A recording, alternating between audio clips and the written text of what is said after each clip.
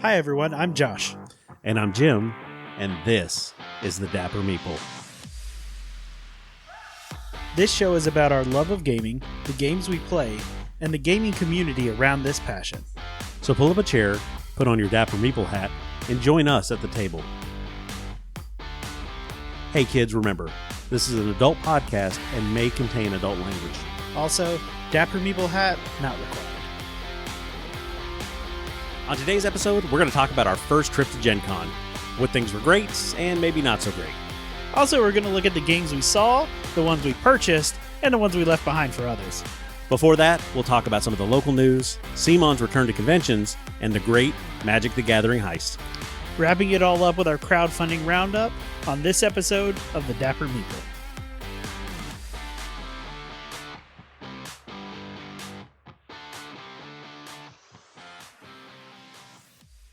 All right, so for all of you that were worried, rest easy. We did make it back from Gen Con. It was what I expected. Like, it was a haul. Yeah, 12-hour drive. It's pretty much what you would expect for a 12-hour drive. Did see some sights along the way, but it was good though. Had a good time. Then it was 4 full days of gaming. Up until this point, we've only gone to PAX, and it's a 3-day con. The difference in feel between 3 and 4 days at a con is more significant than what I thought it would have been. Yeah, absolutely. We got to Sunday and we were like, wait a second, we got a whole nother day? Yeah. Yeah. Like Sunday morning we were there and it was like, oh, I guess this is the last day for us to wander around. But I definitely didn't feel rushed. I didn't feel like I had missed anything. I didn't feel like there was anything that I needed to go do. Like I feel like I got a good Gen Con experience for the first time around. Yeah, absolutely. Before we jump into that though, there's a couple things we wanted to bring up and talk about. A couple happenings that are going around, new announcements that have come out in the world of gaming, and some stuff here locally. So yeah, let's start off with our first Gen Con. The first bit of news that I saw that was really something significant was Gen Con opened up with somebody stealing $300,000 worth of Magic the Gathering. The hall is massive, and in the days before the con, of course, everybody is setting up, and you've got these like larger production companies and stuff that are setting their stuff up. Well, they're shipping their stuff in on pallets. Yeah. Like, this is the big deal. And somebody wandered in with a pallet jack, picked up a pallet of Magic cards, and just walked out the door like it was cool. Yeah. Ballsy. Yeah. They, for a while, they weren't sure who they were. Fortunately, they have a lead on the people who committed the crime, allegedly. Yes. Oh, and if it turns out to be who they're claiming it is, because right now, innocent until proven guilty, although there's a lot of cameras with you guys on it. They looked at the video, and then they've shared the video like, hey, does anybody know these people? And it looks like right now the 2 people that they were looking at were from another gaming company. They were board game designers. Yeah. I'm trying to find Which explains why they were able to get access to the hall before, or during setup and things like that. But still, that's it's wild. Like, I would not have expected that to be something that would have happened, but here we are. So let me give you a little bit of advice. If you ever do decide to do crime, do not do crime while wearing the T-shirt of the company for the board game you helped design. Yeah, it's step 1. I mean, there are other steps too that I would include in that, but Yeah.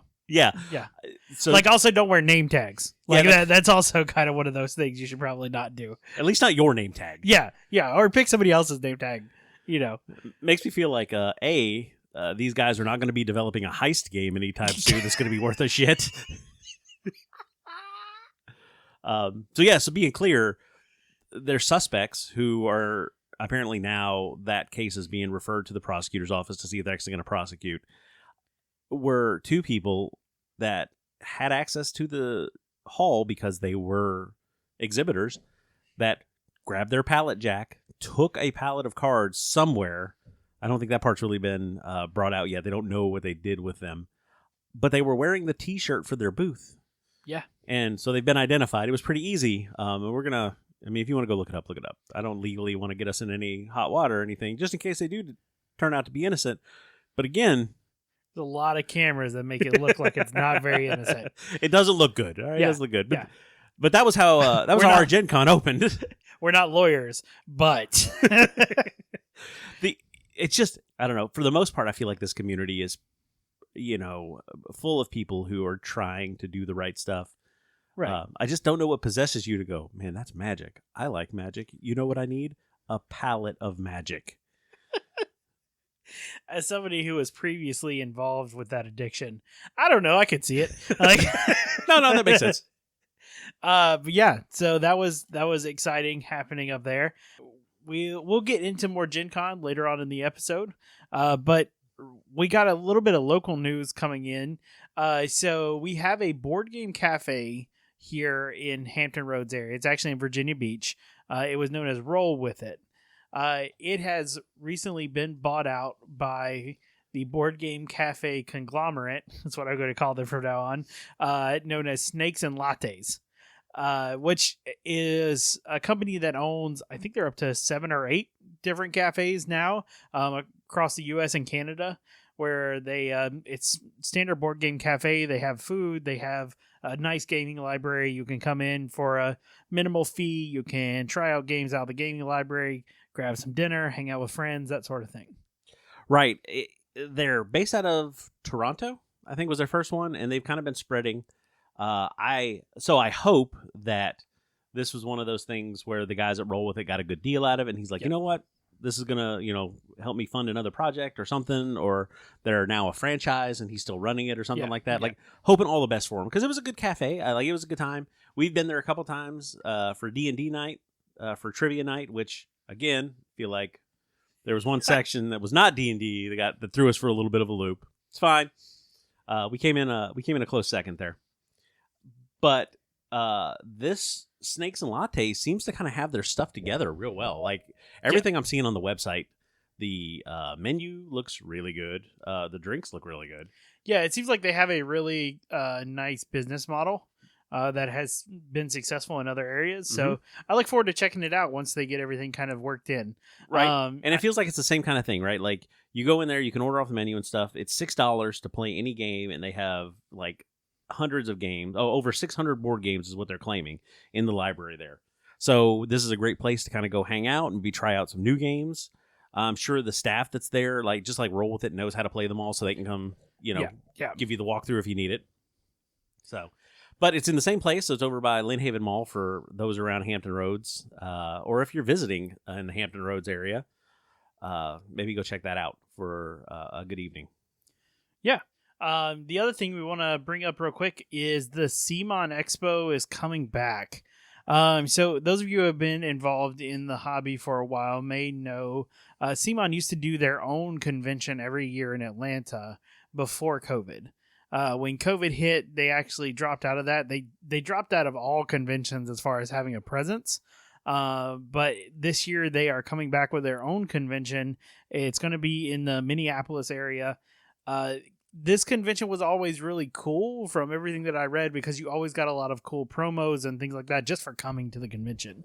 So if we do have any listeners in the Minneapolis area, the CMON Expo this year is going to be September 15th through the 17th. It looks like a good time. They're going to have a lot of demos and stuff from newer games of theirs coming out. They're going to have what looks to be like a Zombicide kind of dungeon crawl type thing, which looks pretty interesting. I hope they decide to bring that to PAX, because that will be fun to take a look at. They have a couple special guests, things like that. So all in all, a good time. Glad to see them actually getting back into the convention game. Hopefully maybe next year they can do a larger one, maybe closer here to home. Yeah, I was going to say Atlanta would have been driving distance for us. Minneapolis feels like it's just right outside of what we're capable of. So, maybe they bring it back. I know that we'll be at PAX, so I would like to see the dungeon crawl up there. We'll talk a little bit about the 40K dungeon crawl that we did at Gen Con here in just a second.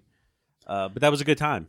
Yeah, I know. So CMON had a small presence this year at Gen Con through the Spin Master booth. Right. Because that's where they partnered with them on the Marvel United. But they were doing like a Zombicide promos also out of there. And they did have some Zombicide events as well, but they didn't have like a big, like their own booth like they did the first PAX that we went to. This is our Gen Con wrap up, so let's talk about what we did.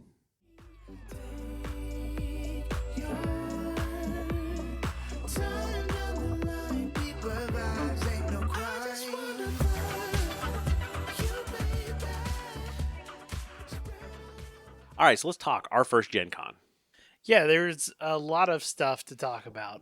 But let's start with what went right and what maybe did not go so right. Right. So we did a pre-Gen Con episode where we were talking a little bit about it, looking at some articles, things that you should know, kind of what to expect, and a couple of things that we thought were going to be important. And there were obviously people who did not listen to that episode who went to Gen Con. Oh, we'll talk about some of those people. I think we kind of knew what we were getting into, though. It didn't feel like anything was a big surprise. I don't know. I feel like the scope of it was a surprise for me. Obviously, looking at the map of the exhibitor hall, I was like, holy crap, that's huge. But the exhibitor hall, I would say, was probably a quarter. Oh, yeah. Yeah. Of all the space that Gen Con proper took up. That's fair. Because it was all of the hall that's in the convention center. Right. And then they pretty much rented out all of the rooms outside of the main hall for like major distributors and stuff. There were other halls for just gaming. Right. There was a whole underground passage to Lucas Oil Stadium that had like vendors in it. Right. For all of you geeks, though, that's where the Colts play. Yeah. It's a football stadium. Football's a sport that was developed back... No, just kidding. And we're talking American football in case we get any of those people.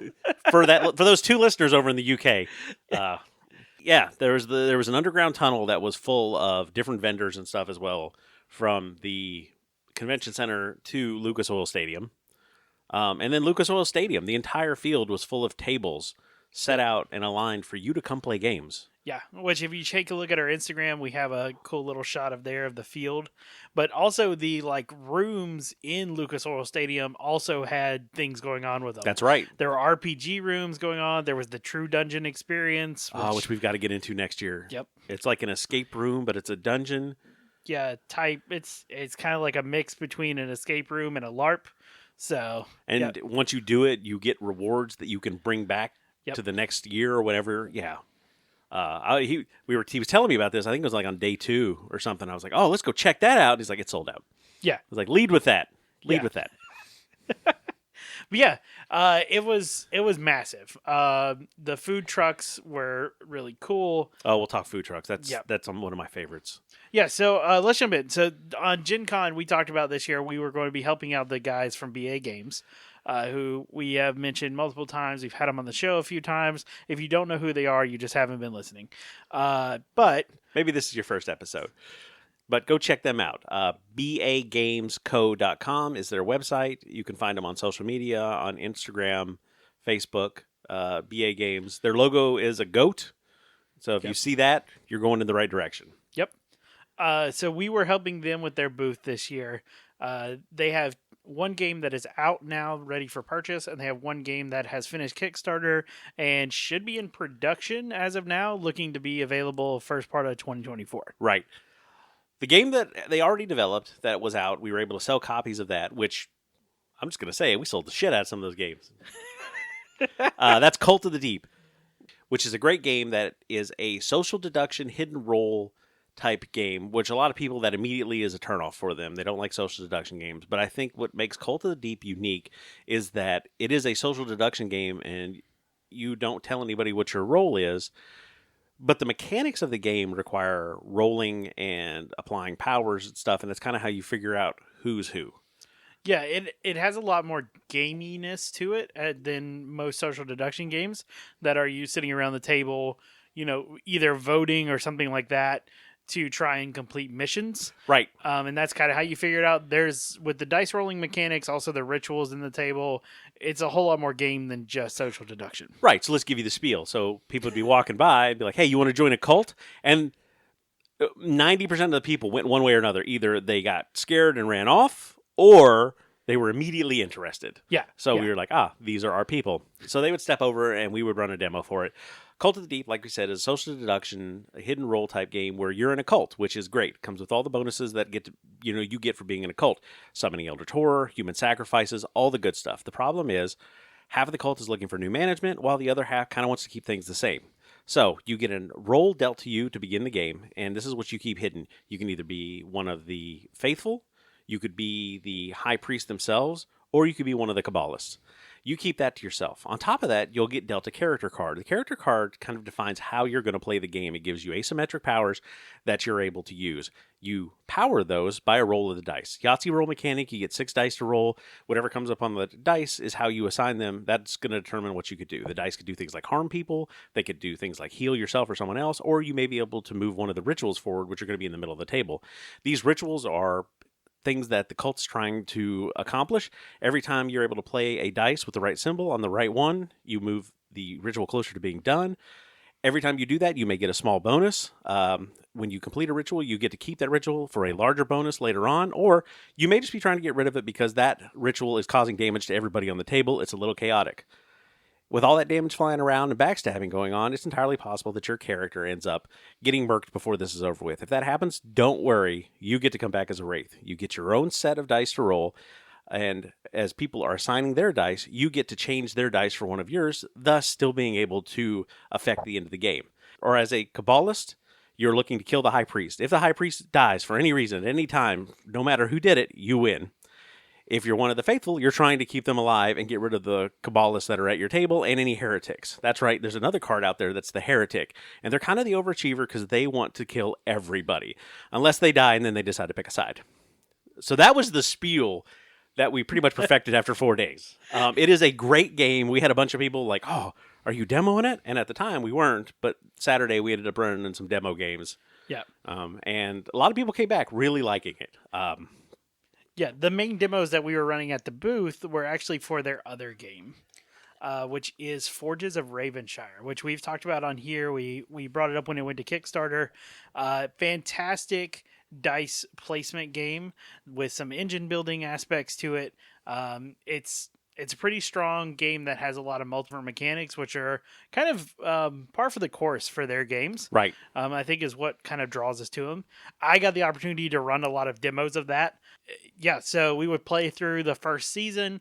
Everybody get a feel for how the dice placement worked. It's very much you place a dice, you take the action, you take a dice, you take the action.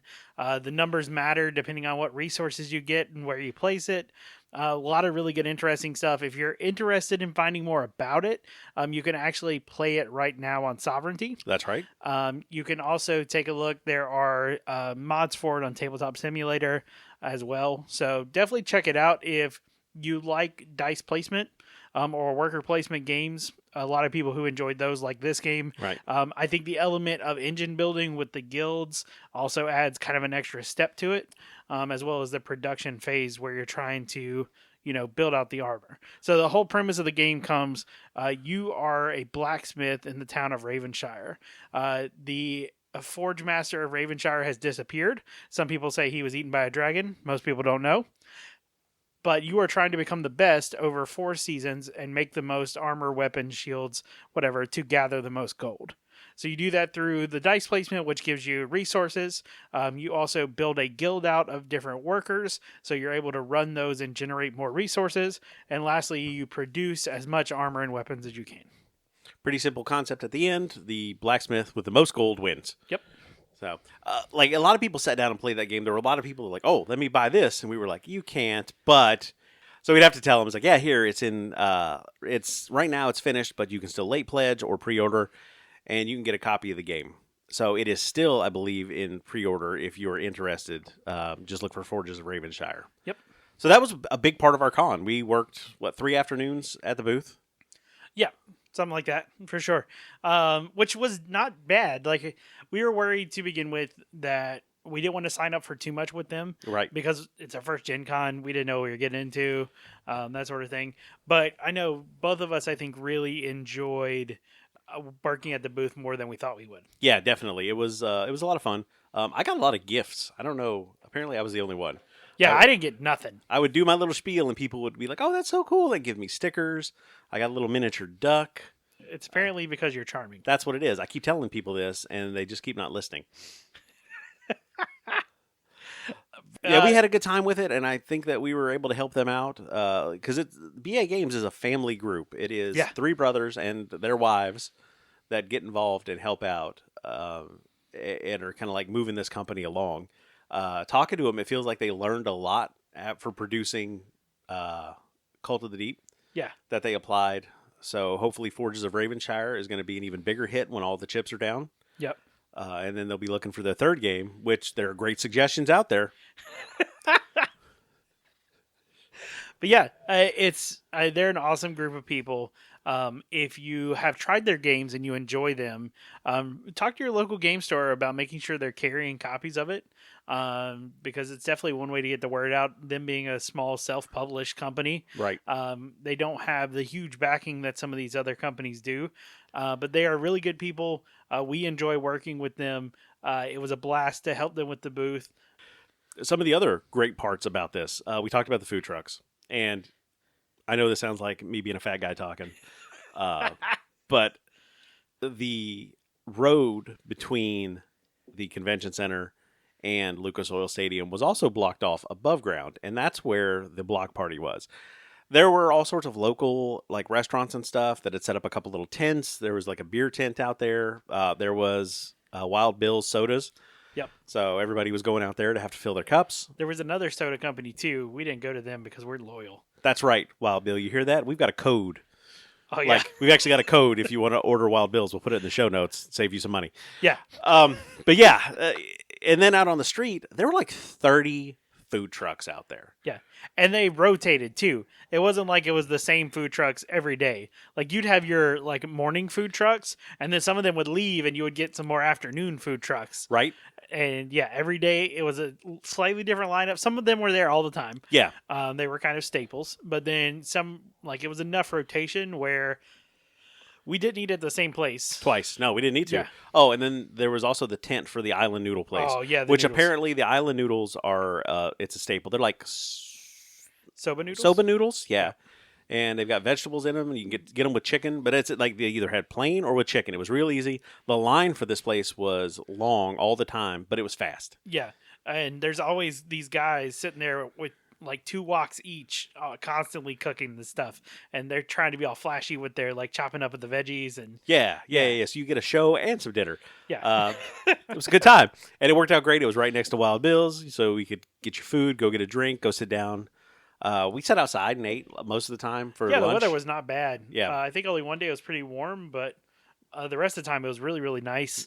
But yeah, there were so many options. Oh my gosh, we had pierogies. Yeah, we had those calzones where so this food truck was like a double-decker food truck, and they had a brick oven in the food truck to make these calzones. Right, and the side where they were serving out of was like all glass. You could see inside of it. It was pretty cool. And the calzones were just, I mean, spot on. Yeah, they were fantastic. So good. We had like this nachos. I think it was the first night we were there.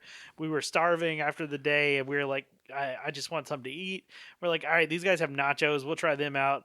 And we're like, all right, prices. I mean, it seems a little pricey, but whatever. We'll try it. And then we get like a box of nachos each. Yeah, it's ridiculous. I feel like if they were like charging us by weight, that we made out pretty good. Oh yeah, because neither of us finished what we got, but you got what, the chicken, and I had the shrimp nachos, which were like, I was like, Josh got up and got the last chicken, so they're like, oh, we got a shrimp, and I was like, well, I guess I'm getting shrimp, and I wasn't excited about it. I'm not a big seafood guy, but no, man, they were banging. They were just amazing, and I was like, oh, well, I made mistakes. I think I got about halfway through my box, and it was just like, no, I can't fit any more nachos or shrimp into me. Yeah. So that was a blast. Definitely something. So one thing about the food trucks though this year that I'd read from people who had went in the past, this was a different location from where it usually is. Yeah. A lot of people were saying though they liked this location better. It seemed to work out better for just kind of where things were. I know personally, I thought it was a great location. Yeah, no, it worked out really well. I mean, you had to walk out to it, but it wasn't crazy. Yeah, no, there was a really long hallway leading to like the exit door nearby. Right. That We say was hallway. We're talking like this, like 20, 30 feet across. Like it was a Yeah. big ass hallway because there was always people sitting on the side up against a thing eating. Yeah, and they also had the retro pinball machines in there. That's There right. was like 50 or 60 pinball machines. Which apparently there was a weekend tournament going on for that. I saw the trophies. Yeah, So- whoever could get the high score, I guess. So if you like pinball machines, also Gencon. Yeah. But yeah, it was a blast. That part was really cool. It always looked really, really busy. Yeah. But we never waited more than maybe 10 minutes in a line. Yeah. Maybe. And I think that was the line decided we're like, all right, we're going for the noodles. Everybody tells us we got to do it. Yeah. And it just happened to be really busy when we were trying to get there that afternoon. But it was still, extremely fast. It was. And it was good. And it was worth it. I love it. Like that was kind of like a big part, like getting to try new stuff out there. I'm a food guy anyway. I really tell you, like that first day, the pierogies that we got were excellent. Yeah. That That was a really good choice. So yeah, the other thing that was one of the highlights of the trip was with the Warhammer guys. They did something different here at Gen Con that we've never seen before. It was a kill team dungeon crawl. Right. So for those that don't know, there are a lot of different type of games in the 40K or Warhammer setup. Like you can play the big tabletop games. There's a couple different versions of that. There's the 40K or there's the Age of Sigmar, which is more like fantasy based. There's Necromunda, which is a different type of game with its own set of rules. There's actually a board game that we actually got from our Warhammer guy to try out. There's a lot of different ways to do it. Kill Team is a tactical game, so you've got a squad of maybe like 8 to 12 figures that you're moving. They used kind of loosely based on those rules. So one of their settings for like your terrain is called the Gallo Dark, and it is a Space Hulk. And for those who are not familiar with 40K, Space Hulks are what happen when lots of different type of these massive ships enter into the warp, which is another dimension full of demons and bad stuff, and they all get crushed together into just one big thing. And then it gets spit back out and floats around. So it's basically this huge dungeon, with like hatches and battleship doors and stuff like that. And in this version that we got to play, you come on as a boarding team, and it's 4 miniatures. So the first time we played, it was just the 2 of us. So we both controlled 2 minis. And you breach into the room. They'll draw a card to see what's in the room, what kind of enemies are in it, if there's any loot in there, and then you've kind of got to play, like I said, with a loose interpretation of the kill team rules to survive. Now, you're not going to survive. You're going to die. Yeah. Like that, it's a grind. It's definitely a grind. But the loot that you do pick up, you get to bring back. So by the end of Gen Con, our characters were a whole lot stronger thanks to the gear that they had picked up. Yeah. Shout out to Matt also, by the way, the best DM that we played with in this all weekend. Matty B. Yeah. Dude's awesome. Hope he comes to PAX. Yeah. But yeah, it was a blast. I never had so much fun dying over and over. But yeah, we got some really cool loot. I like that you got to come back every time. We actually made some friends. We played with some of the same people a couple times. And it was cool though. What I liked, so the last time we played, we were sitting there. We had more loot than what we could actually use. So we had a person play with us who had never played the con. So they were starting out, with nothing. Right. This so was their like, first time. Yeah. Here's a flamethrower, and here's a couple other things. So we were able to kit somebody out completely who had never played before, which one made our chances of getting to the boss room better, right? But also made like that person have a better experience because they don't just get murked. Yeah, right away. Yeah, because you start out as a rogue trader breacher, and you've got a las gun. And for the 40K people, they're all laughing right now. The las gun is this laser gun that is handed out to the Imperium. It'll blast through all kinds of stuff, and it's still just considered an overpowered flashlight in the world of 40K. So that's your starting out with. It does some damage. We survived with them until we got something better. Yeah. and then we came back, and we made it to the boss room twice? Yeah, twice. The first time was not really an attempt.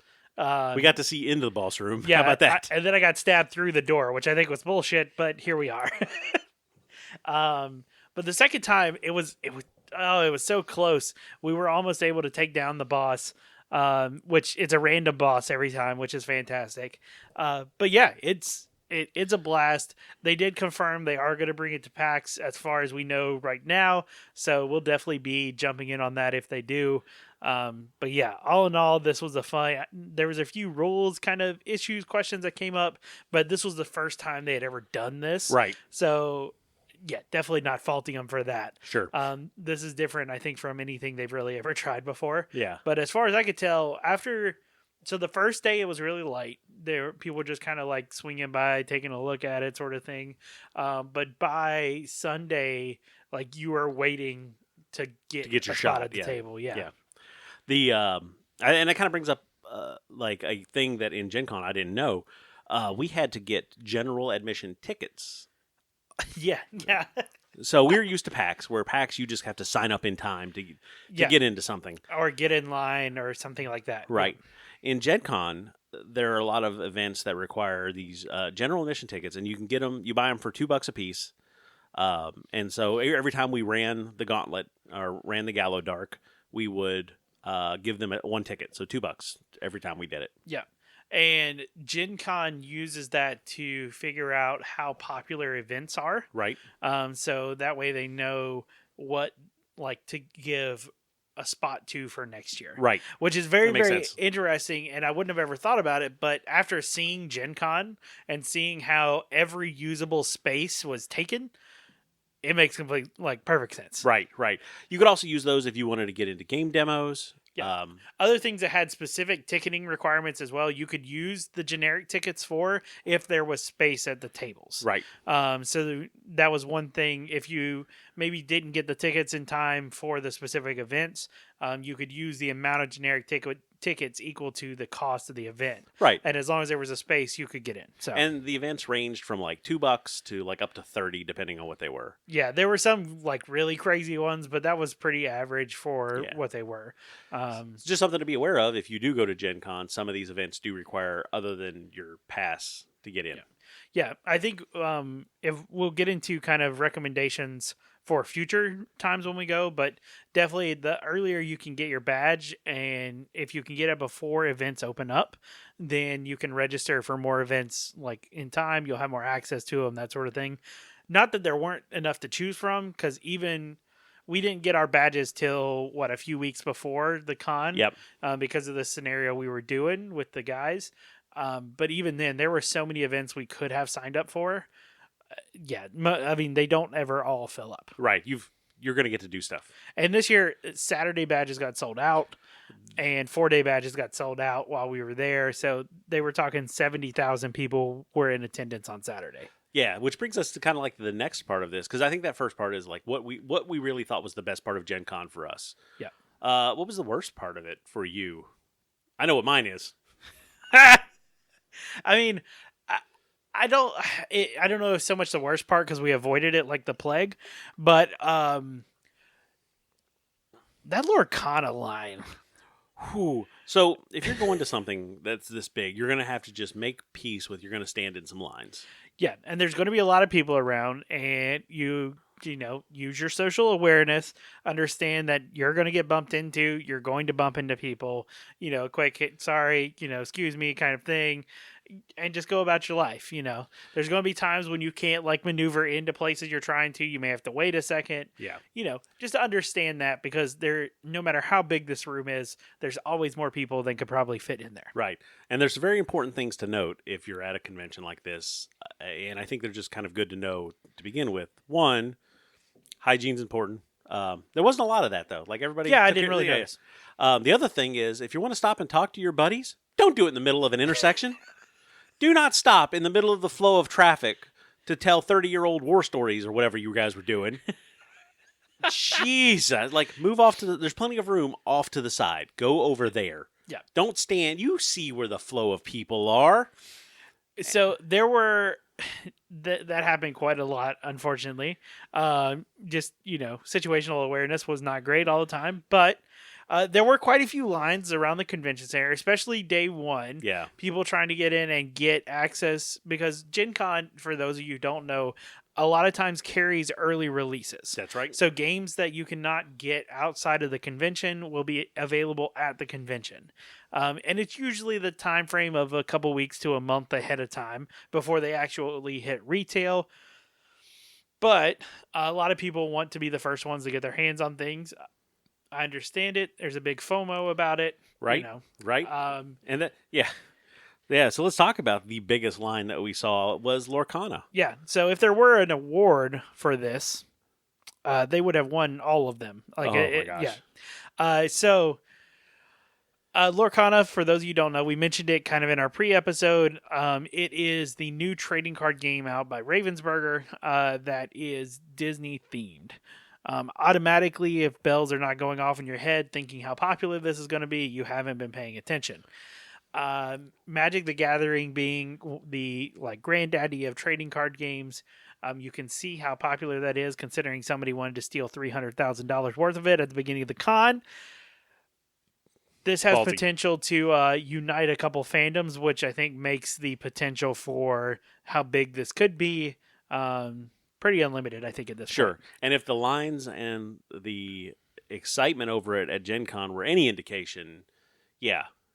There were times where that line had 1,500 people in it. Oh, easy.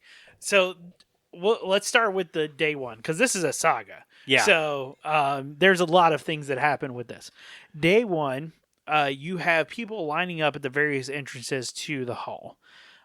Some people thought they were lining up at the correct door to get into the Lorcana line. Unfortunately, neither Ravensburger nor Gen Con had decided where that line should be. So the people who were lined up at the wrong door were immediately told after the hall opened, they were told, no, you guys are in the wrong place. The correct line is back there. So in the ensuing chaos and trampling that happened, apparently some people got stuck behind doors. There was some people who almost got into a fight. I mean, there were some shenanigans going on day one. Sure. Yeah. Day two is where it gets really exciting. So they come in, they bring in the actual, what are those called? Bollards? Yeah. So they bring in the bollards and make the official line for Lorcana. And they tell people, hey, you guys can start lining up at 6 p.m. the day before so that you guys can get in and get some. Let's just be clear. You show up at Gen Con, day one, the line fiasco happens. You're told, hey, Friday, you can start lining up Thursday at 6 p.m. Yeah. And stay in line overnight. Yes. Until 10 a.m. the following morning, which is when the convention or the expo hall actually opened up. Which I think I'll just say it. That was bullshit. That was a poor idea. These people are coming to the con. Everybody's already going to be exhausted at the end of this, and you're wanting them to sleep in a line overnight. That was just such a bad call from Ravensburger. So, we fast forward. We show up to the con Friday morning, about an hour, probably about 9 o'clock, I guess, because with our exhibitor badges, we walk in and we can walk right into the expo hall because we have those. Right. The line for Lorcana, when we got there at 9 o'clock, keep in mind an hour before the hall even opens, was not only from the far end of the hall where it started, it circled back on itself about 2 or 3 times and then came all the way up the length of the hall, out the front entrance of Gen Con, down the sidewalk. I mean, I guarantee if there weren't 1,500 people in that line, there wasn't one person. Yeah, it just, wow. Yeah, and we Gen Con employees or people who are helping out did a very good job of forcing space in the line for people to get through. Right. So that was something that they did really, really well. I will, yeah. But yeah, that was crazy. I imagine the people probably halfway down the hall probably did not even get product. Oh yeah, I don't know how. I can only imagine that some of them that waited hours hours in that line and then get there and they don't have what you want. Yeah, so we talked to a guy today, actually, because Lorcana released to local game stores yesterday as of time of recording. So we talked to a guy today at one of the game stores, and he said, yeah, I was actually in the line on Sunday. He said, I got into it an hour and a half before the hall opened. So for those of you counting, that's 8:30. Right. And he says he was able to actually get to the booth and buy something by 11:30. Ooh. Yeah. And he said it was only an hour and a half of hall time, so it wasn't that bad. And I'm sitting there going, dude, you were there for 3 hours. Yeah. There's nothing in my life right now that I'm going to wait 3 hours in a line for. Nothing. Yeah. So, needless to say, this has been a interesting launch. There is tons of excitement around it. That was probably the craziest thing I saw at Gencon, and maybe that's why the rest of the lines weren't as bad. Yeah, because we just saw that one and we're like, man, I'm just glad we're not in that one. Like, yeah, I think that was kind of just. There's just a lot of people, so you got to be prepared for that. Other than that, I didn't have a lot of disappointments. Here's one thing too: if you're in public, say in a convention that may have 50 to 70,000 people in it, keep your shoes on. There were so many people, like, especially like when they were sitting down to eat or something, like just kicking off their shoes in the convention hall. So I think it was less disturbing of those people than it was the people we saw walking around then with no shoes on. Right. Like I saw some that like took the shoes off and they had socks on. I'm like, okay, you're sitting down to eat. I get it. There's a lot of walking going on. Not that bad. But if you'd listened to our Gen Con episode, you would have learned to wear good shoes.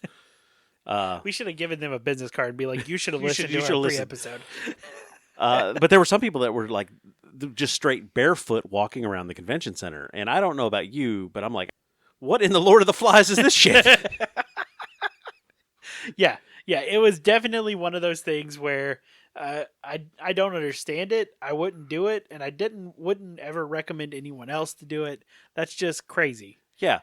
That was cringy. So the other thing, I don't know if I would label it under like bad or worst part of the convention, but we did have an incident that I think we should issue a formal apology for. I did send a formal apology on Instagram. I don't know if she saw it or not. So day one of con, we're getting there. Like first of all, I mean, it hits us. It's a little overwhelming, but we're like, hey, we got this. Let's make a plan. What do we need? We need tickets. Let's go find those tickets that we need. So we're charging through the hall. We're taking all kinds of these turns and passing all these little places. And there was a couple little like food court looking deals. Yep. And we're passing one, and we're in a large group. The flow is all moving this way, and we're looking around, and I see someone, and I totally fanboyed here. She was coming out of the food court. I think she had like a pretzel or something. She had her hands full of food. And I look up and I go, hey, that's Deborah Ann Wall. And I was not using my inside voice. And I was pointing.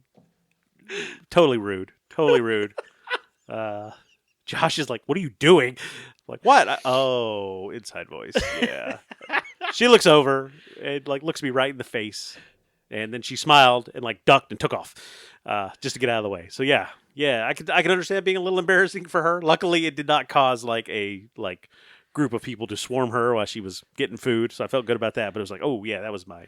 I don't know. I wonder if she gets like instances like that all the time, especially in like a setting like that is a lot. Where she's going to be well known. Yeah. But anyway, it was funny. Because we've been to other cons before. We've seen people who, are more or less famous that we consider them. Right. And I don't think you've ever had that reaction for anyone else. So I remember when we went to PAX the first year and we had just got our badges. We were about to like figure out where the expo hall was. And Kate Welsh was there. That's right. And you turned to me and you were like, that's Kate Welsh. Like a normal person would do. And I remember like looking over your shoulder and being like, yeah, you're right. Like, but yeah, definitely. This was definitely more open to the public. Yeah. I've just been I've been a fan of hers for years with a lot of stuff she did. I watched True Blood, I watched Daredevil, which were two big things that she was in. I also watched the D&D show that she ran on Geek and Sundry for a while. Yep. I just she is in my top 3 of celebrity DMs that I want to play with. For me, and in no particular order, it is Kate Welsh, Deborah Ann Wall, and Brennan Lee Mulligan. So, yeah, this one was big, and I don't know. There was a lot of excitement. There was a lot going on. Pretty sure I took my meds that morning. Yeah. So I would like to point out though that she did smile and it seemed genuine, and then she was like, "All right, I gotta go." Yeah. So that was hilarious and was a great way for us to start, because social embarrassment is always a fun way to start a convention. I love that the people around us too were just kind of like, "What's wrong with this guy?" Because they didn't see her. I don't think they saw her. She was fast. Oh man, yeah. So that was kind of our best and I guess worst moments. I don't know if I would quite call them all that, but those were some of our big fun takeaways from Gen Con. It was an absolute blast for 4 days. We have a lot more to talk about though.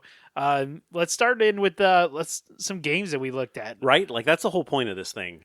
This is a gaming convention, and there's so much good stuff. There are the games that are out there, and then there are upgrades for the games. There are things to make your gaming life better with was it Eldritch Foundry and Norse Foundry and stuff like that. There are dice, there are T-shirts. Yeah, this what is crazy. So a lot of what we focused on was just the exhibitor hall. When they say this is the best 4 days in gaming, they mean this is the best 4 days in gaming. Yeah, all day, every day.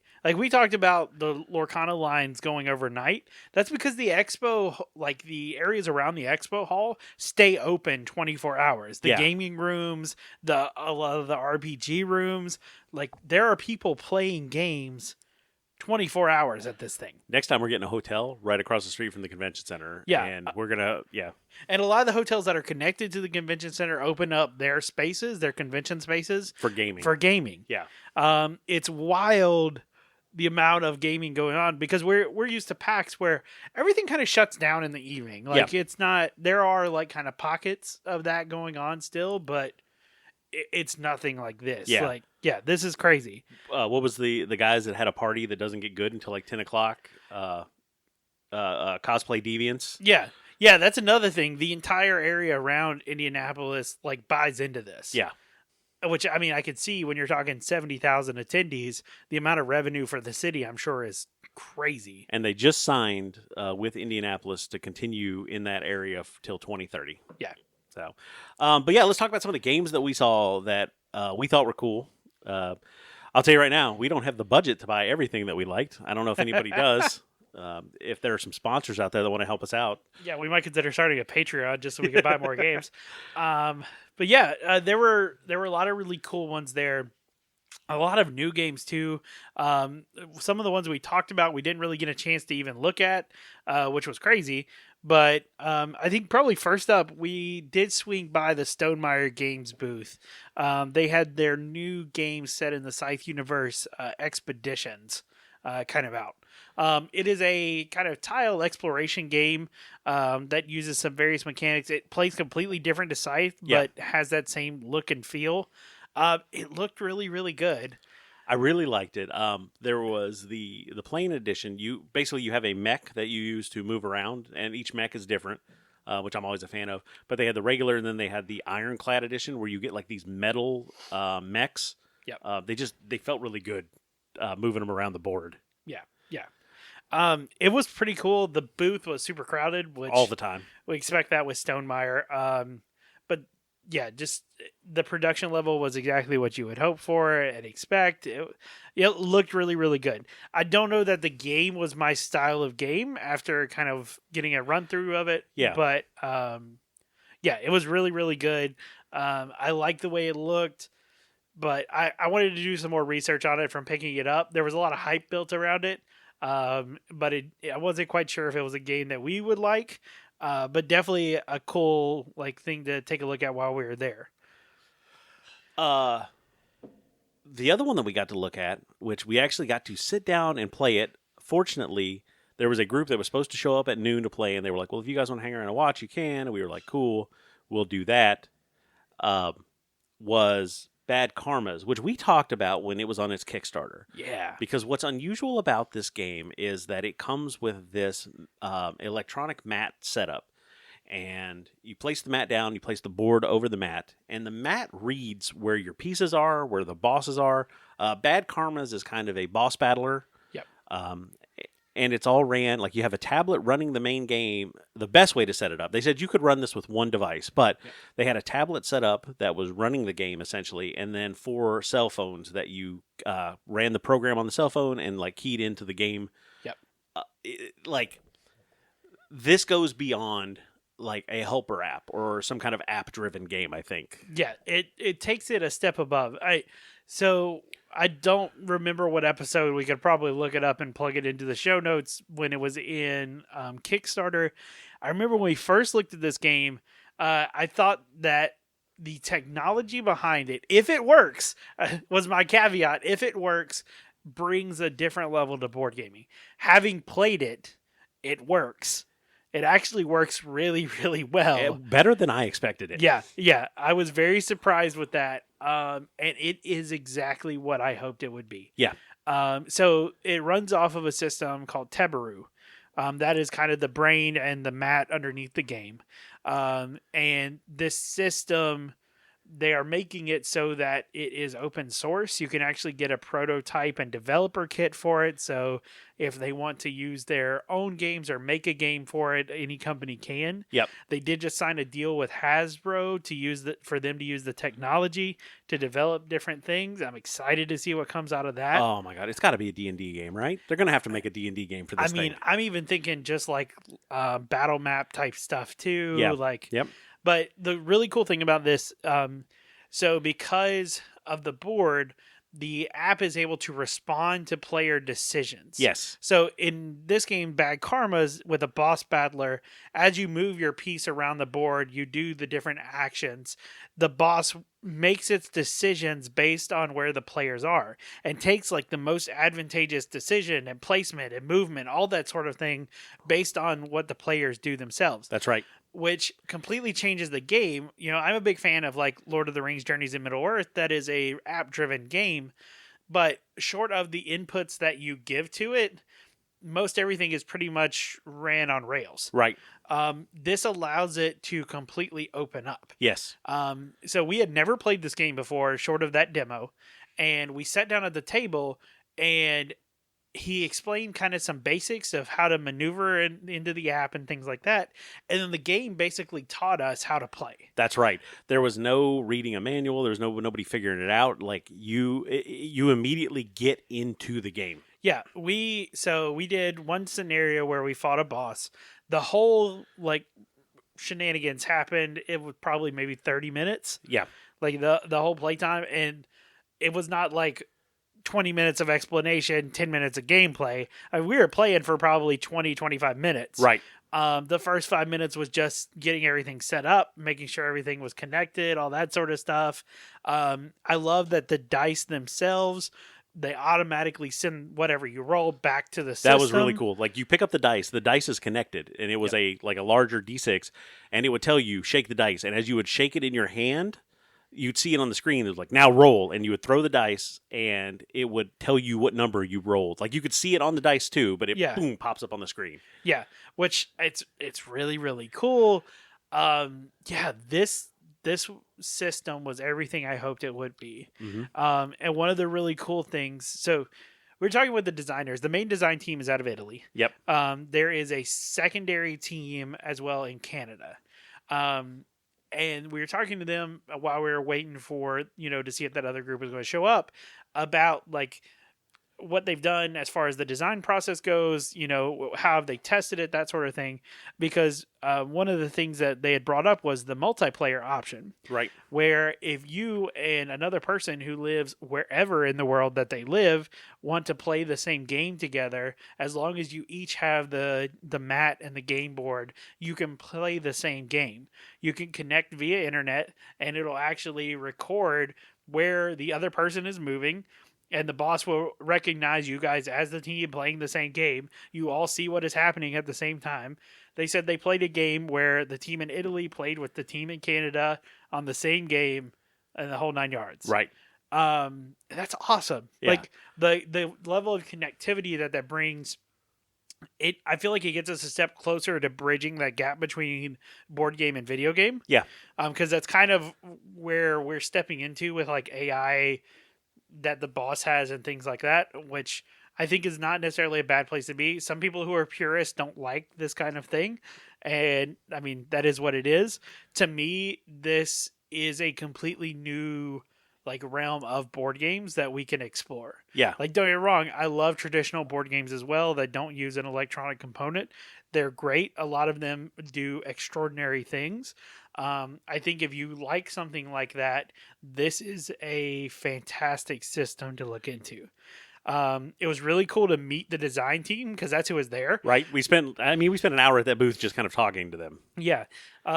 Because we got a chance to ask them a lot of really cool questions, about how it works and things like that. And they were very open with talking about the way that the system works, the way some of the elements that they were designing into it to make it more universal. Like one of the things, the brain of the board that sits underneath is now removable, right? So that you can have different shaped boards, and all you'd have to do is click it into the new board, and then it would recognize. So if you down the road, as we get hopefully more publishers and developers making games to work with this system, it's going to go from having the standard rectangular board to now, who knows what we might end up with. Right. And that's all going to be possible because of that quick little interchange that you can make with the brain of the system. I would like to see different size boards. I would like to see the sensors, getting more sensors on each board. Yep. Things like that. But we're actually going to, in our crowdfunding roundup, we're going to talk about their second game on the Tebaru system, which is Milan Uprising. So if you're interested, that'll be a good place for you to go look at this technology. Yep. But yeah, let's see. One of the other places that we got to swing by, so we have been a fan of Pops and Beiju games for a while, since Cultivate, actually. Yep, that was their first game. Yep, we were able to try that out, play that a little bit. That was fantastic. We've actually picked up their next game, which was Channel 1. Right. And then they have another game that is out now called Alphabet Stoop. So we got to stop by their games. That's right. We actually met Jenna, who is the Beiju of Pops and Beiju games. That's right. She's from Beiju, Minnesota? I believe so. Yeah. But yeah, super nice lady. We got a chance to talk with her a little bit. We gave her a pin, and she was like, "Oh yeah, I recognize your guys' logo." And I was like, "Yeah, yeah, baby." We're making a name for ourselves. But yeah. So we took a look at Alphabet Stoop. I really like their games because of how light they are. They are. They have a really good element still of strategy, but they're not overwhelming where like people can't get into them. They're very accessible. Yeah, Cultivate was so cool, and we played it. We pulled that out a couple times and played it. I really like that one, and just getting to sit and talk with her, really just personable, and it was awesome. And she handed us a ton of bookmarks. Yeah. So we have those lying around in the stash.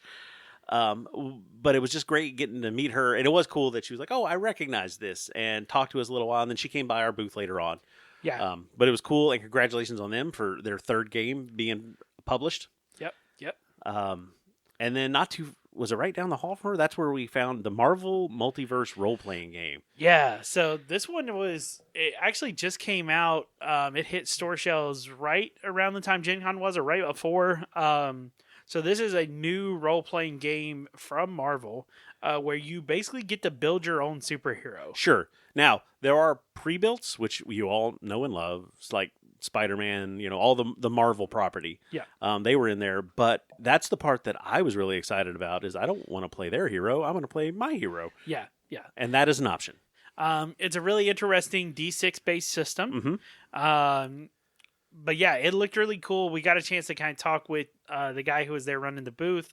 The really cool thing about it is that for future accessories that are going to be made for that game, they are all going to be made by Simon. So initially, they just made the special dice, which we were able to see while we were there. It was like a translucent D6 with the Marvel logo on it. That's their initial product. Afterwards, I would expect things like miniatures and stuff like that. And knowing their quality, it's going to be good. Yeah. So I'm excited to see what comes out of that. It's a very interesting system. It's definitely one on a short list of new RPGs we were looking at. Another game that we got to check out was Final Girl, but this was Season 2. Yep. So we've talked about it a little bit. You know that I'm a fan of Final Girl Season 1. I have the big box. I've got all the goodies, all the things. It is a solo game, which a lot of people are like, how do you have a solo board game? It's very easy, and it's fantastic. You should try it. But the premise is you are the final girl of a horror movie. It's that general trope where you alone can summon up the courage and power to take out whatever the bad guy is. The Season 1 of Final Girl was traditional horror themes. So you had killers that were similar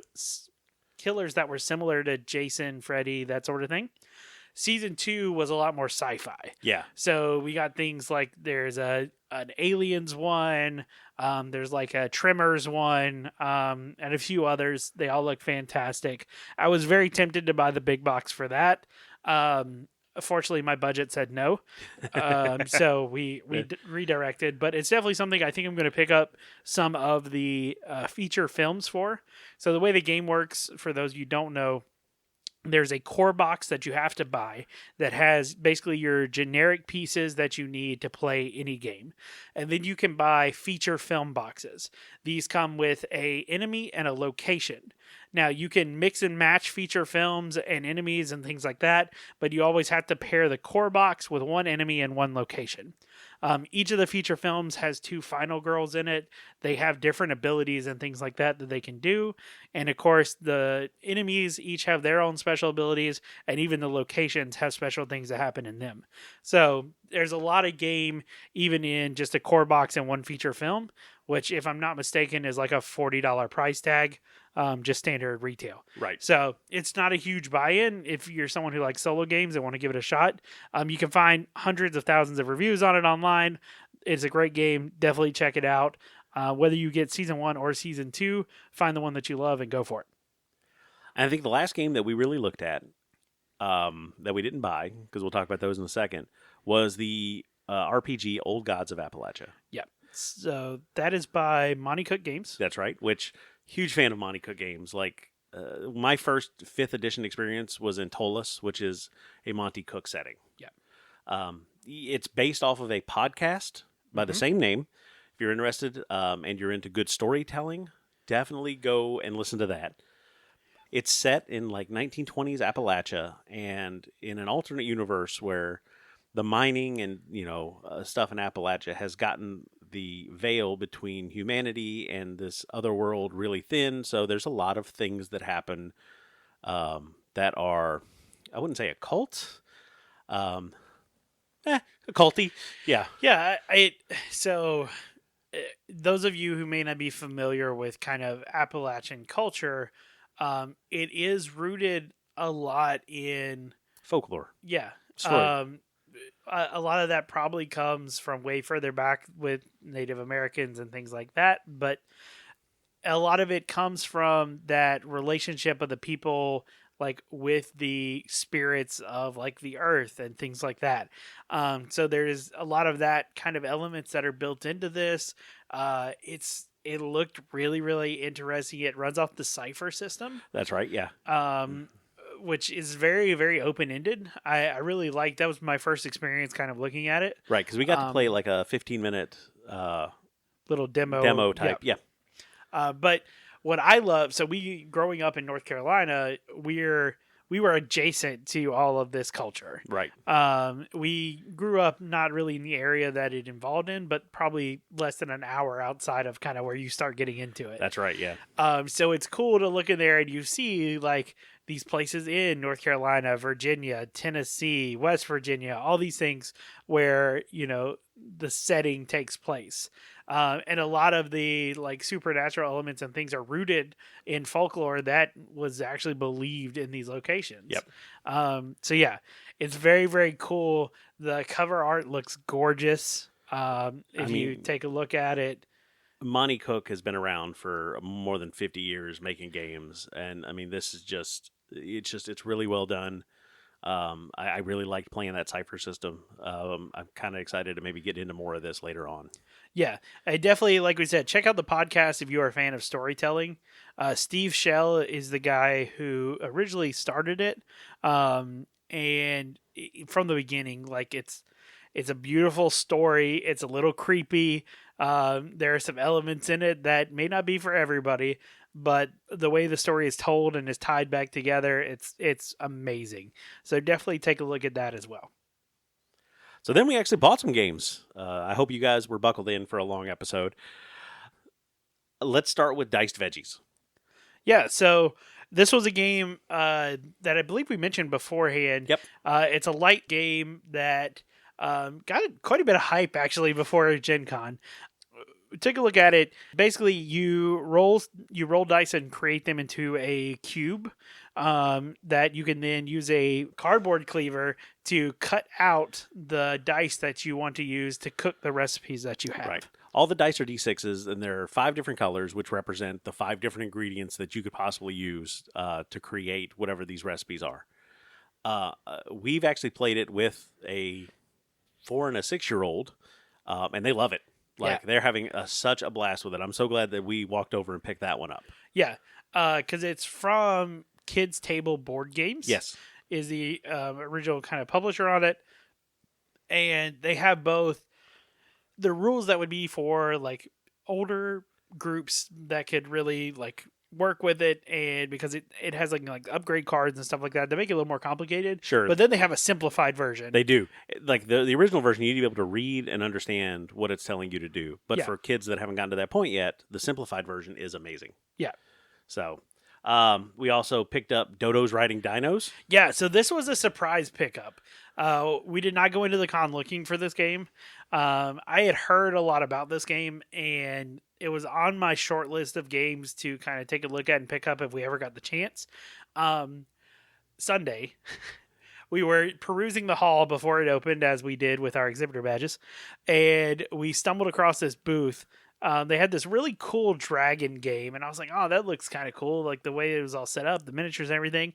And then like the other half of the booth was this ridiculous looking cartoon game, and I was like, that looks interesting. And then I saw, that's Dodo's Riding Dinos.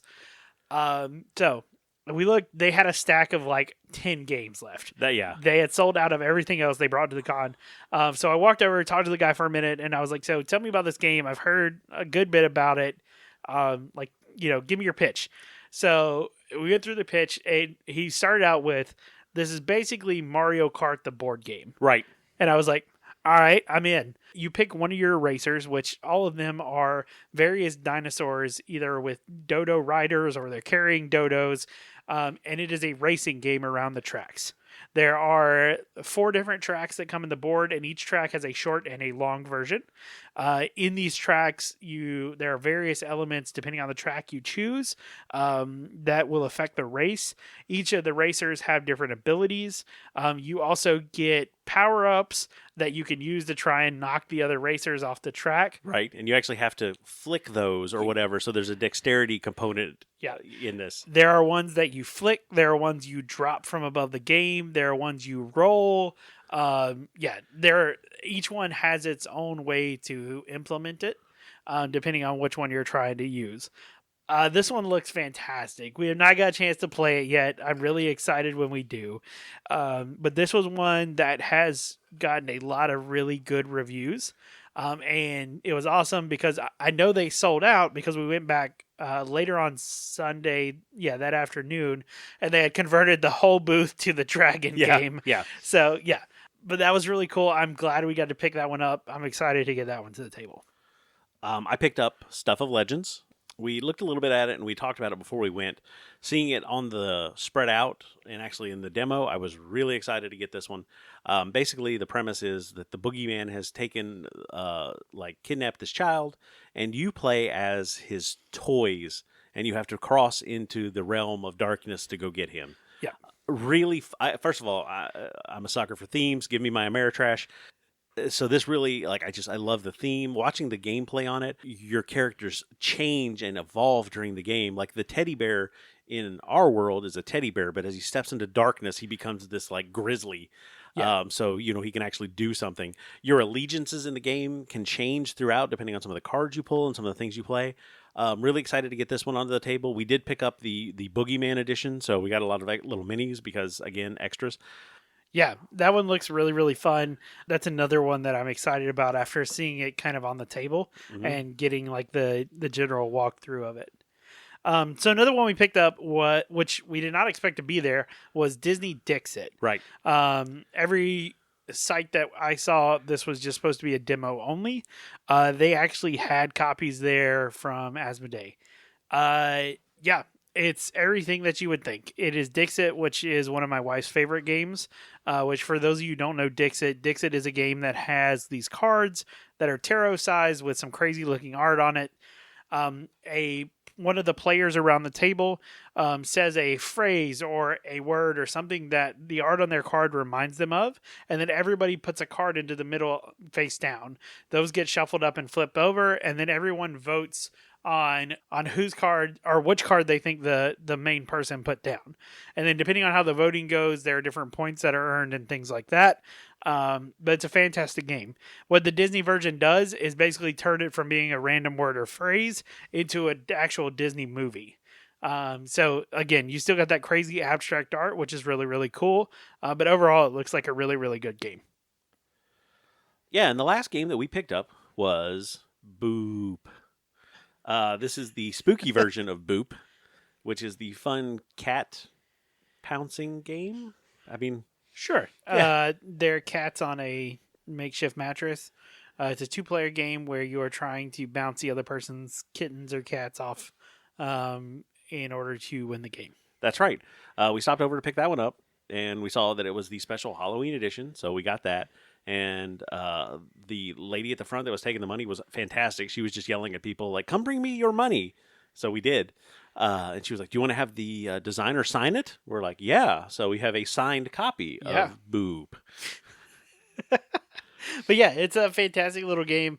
It actually, the original version came out at PAX last year and immediately sold out. But yeah, I'm excited for it. Want to get it to the table. It seems like a little quick fun, but got a little bit of strategy to it kind of game.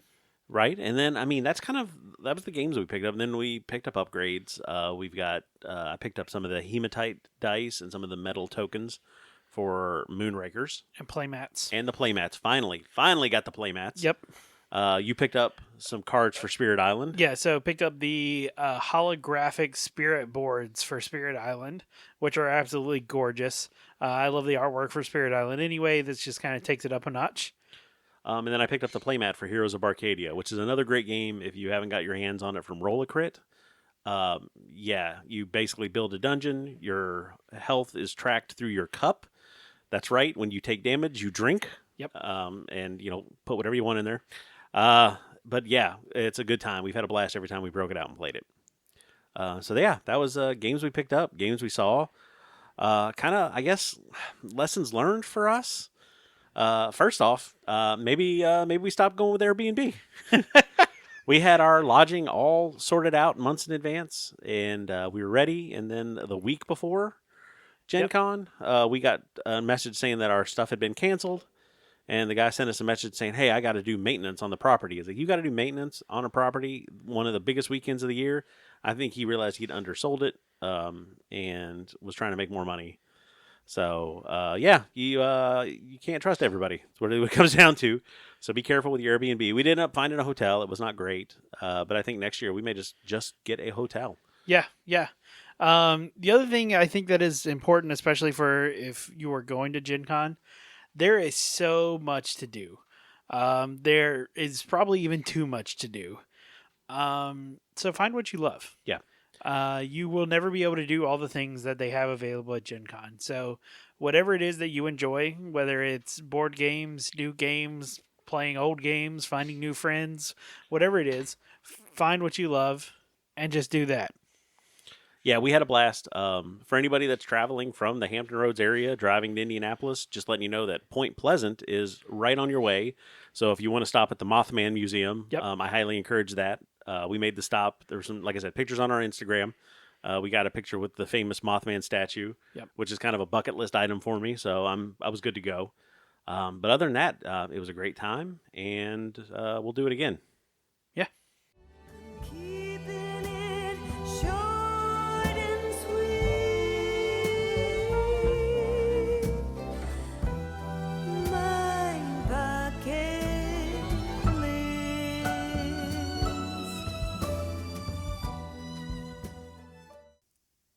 And next up, our crowdfunding roundup. So we've got 3 great projects that we've pulled today. 2 of them are a little haunting and a little spooky. One of those is the one that we talked about earlier with the Tebaru system, so we're going to look at that. The next one is a preset RPG type style of vampire commandos set in World War II. And finally, just because heists seem to be a fun thing to try, ask the guys with the magic cards, we've got a heist game that is a dexterity-based steal, push your luck, team-based game that you can try. So let's start with the big one. And when I say big, it's because 1, it's expensive, and 2, I think this kind of thing is going to be huge when it comes to the future of board gaming. We found this one on GameFound, and it is Vampire the Masquerade Milan Uprising. So this game uses the Tebaru system that we were just talking about previously with Bad Karmas that we got to kind of play with and test out at Gen Con. The exciting system that it is that is actually able to view where players are on the map and the AI makes decisions. So very, very interesting. This is a completely different game from Bad Karmas, which was a boss battler. This one is much more of area control. It's set in the world of Vampire the Masquerade in Milan, Italy.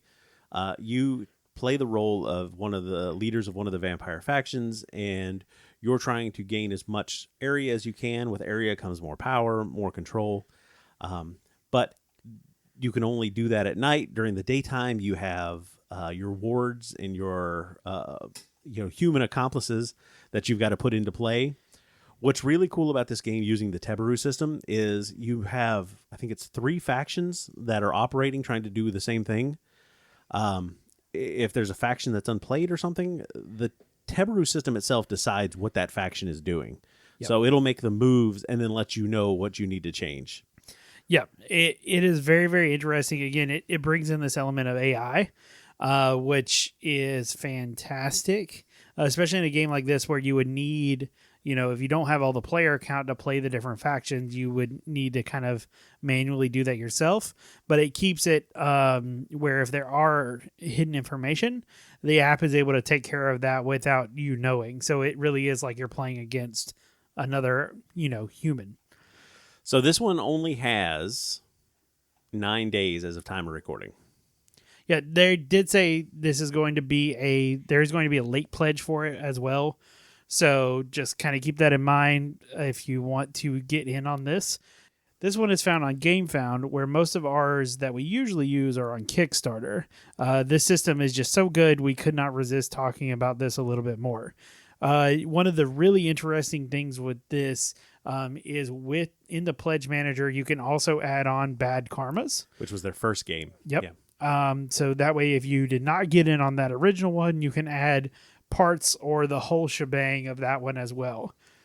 So let's talk about their rewards or how they're doing this. First of all, there is a collector's pledge plus the Tebaru.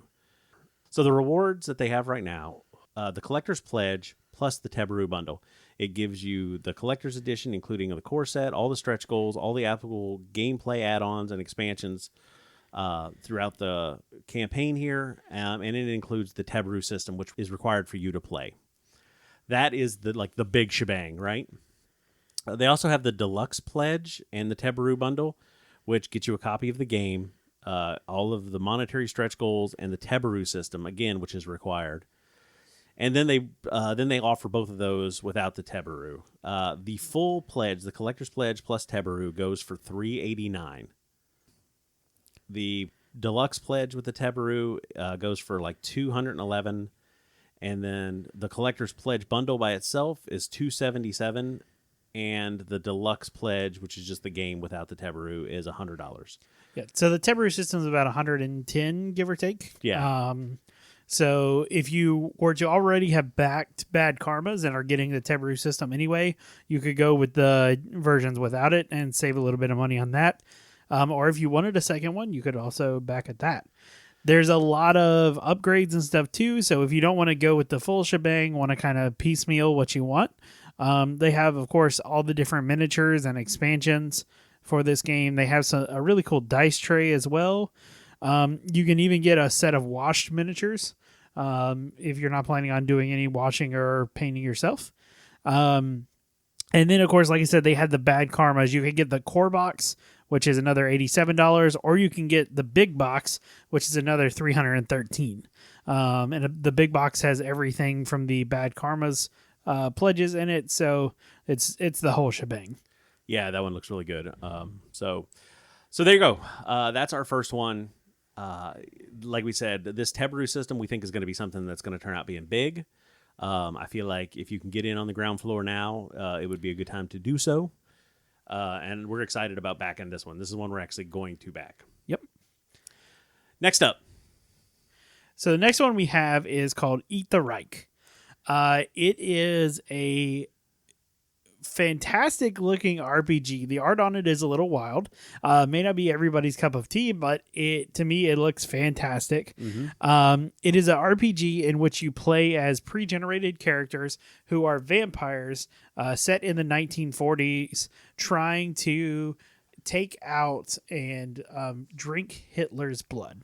That is your main goal in this game, is to get to and drink all of Hitler's blood. I got to tell you, I'm in for it. Like, okay. Yeah. So this looks very interesting. Like I said, it does come with pre-built characters. It's made to be completed in 1 to 3 sessions.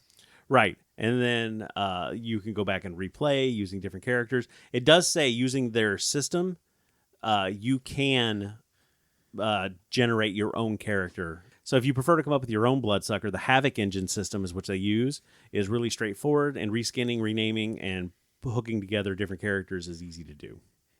Yeah, but I will tell you, the pre-generated characters are fantastic. They are. And this system looks like it's designed for, like this game is violent. I'm going to tell you right now, like, you're vampires and you're hunting Nazis, which I had to throw it in here.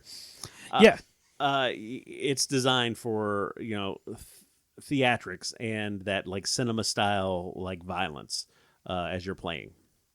So the levels PDF you can get for just like about $15. So if you're not like totally bought in, maybe you can just check it out there. You can get the book and the digital PDF for about $32. The dossier includes vintage pinup style postcard of the vampires to inspire the troops. It's spare copies of the vampire sheet. It's a cloth patch of your choosing from the unlock options. A top secret manila folder to hold it all together, and lots more if they hit the stretch goals. The box is already sold out, so this one funded in about 30 minutes. Yeah. It looked like a lot of fun. I'm digging the artwork. I'm digging the idea, that you're playing Allied vampire commandos and taking out Nazis. So we thought we would throw this one in and see if anybody else is interested.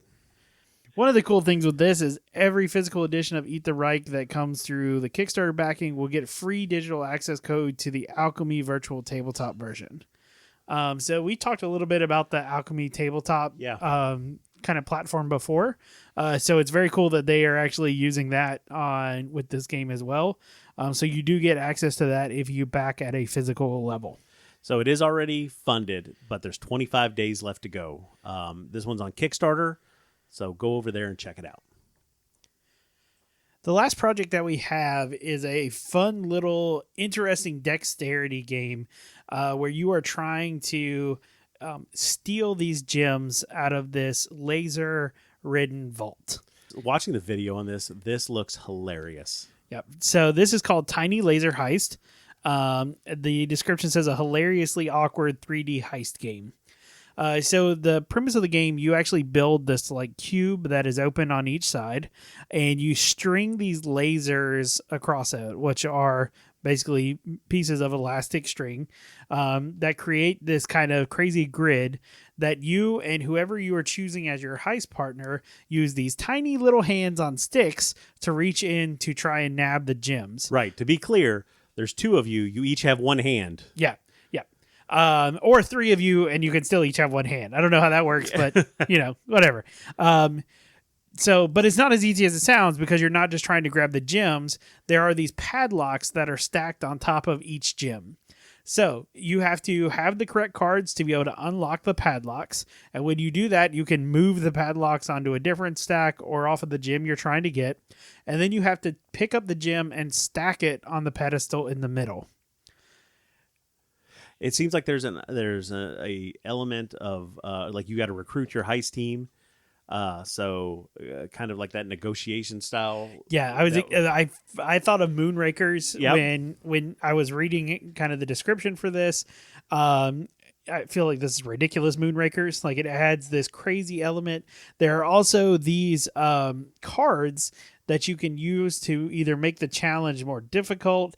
Like one of them is called One-Eyed Jack, and it's the person who is the mastermind has to cover up one of their eyes during the heist, which we all know would make your depth perception awful. And when you're trying to use a really tiny hand, things can get interesting real quick. But there's also cards like the helicopter where you're able to come in or access the museum from the top side, which normally you can only access it from the sides. So there's a lot of really cool, interesting things with this. They even have their first expansion kind of tagged along with it as well. Yep. Which is called the Double Cross expansion. So, of course, there are plenty of shenanigans in it to double cross the people with you. Those include things like a security guard that you can put in where the players have to pay you part of what they earn to be able to actually complete the mission. That's fantastic. Yeah. So let's look at pledge levels. For the base game, you're looking at $50, which this feels like worth it. Yeah. If you want to get the expansion, it's $75. And then they have the double, which if you want 2 copies of the game, it's $90, or 2 copies of the game and 2 copies of the expansion for $130. Yeah, it's very straightforward pledge levels. Definitely take a look at this one with the tiny little hands, and it's got a little like bandito mask. I don't know what I don't know what to call that. Yeah, the mastermind has to wear the mask. Yeah, with eye holes. I mean, you can see. Yeah. But yeah, this one looks really funny. It looks very unique. This is the same company that did Abduction, which was the crazy alien game where they're just abducting the ducks. Yeah, and it's great. There's 13 days left to go on this pledge, and this is another one that's already fully funded. And with that. And now, fully out of the water, the many-tentacled form of the Zodiac Cancer lurches into the city. The ex-luchador Fernando steps in his path and swings his mighty two-handed axe for a hit. Cancer begins to power up its eye beam. The quick and lethal assassin, Claire, darts in to attack the monster on its now exposed side. The monster fires its beam, blasting Fernando and Claire, laying both of them low. But fortunately, Gil the astrologist steps up, wielding his arcane power. Hey-o! Cancer falls back into the sea, defeated. Thanks, everyone. For the Dapper Meeple, I'm Jim. And I'm Josh. Good night, everyone. Thanks, everyone, for sticking around and listening to our show. Hey, if you enjoyed what we're doing here, follow us and leave a like. It really helps us out. And if you have anything to say back to us, you can find us on Instagram or Facebook at The Dapper Meeple or at dappermeeplegaming@gmail.com. And as always, we'll save you a seat at the table.